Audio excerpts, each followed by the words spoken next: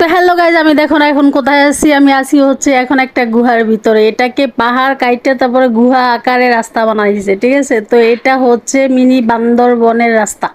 ওকে, ঠিক আছে। তো সামনাসামনি না দেখলে তোমরা কিছুই বুঝবা না। আমি দেখতেছি তো আমার কেমন গুহা গুহাই লাগতেছে। উপরে পাহাড়ের মতো এমন আছে আর মাঝখান দিয়ে হচ্ছে যাইতেছি। তো আমরা চারজন ছিলাম, পাঁচজন ছিলাম। পাঁচজনের থেকে আমাদের একজন মানে চারজনকে হচ্ছে নামাই দিছে আর একজনকে বসায় রাখছে।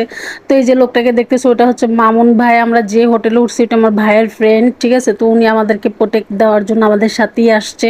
তো এই ঢালুটা দেখো, এই পাহাড়ের উপর থেকে যে আমরা নিচে নামে যাচ্ছি, এই জায়গাটা জাস্ট কি বলবো, নিজের চোখে না দেখলে বিশ্বাসই করবা না তোমরা।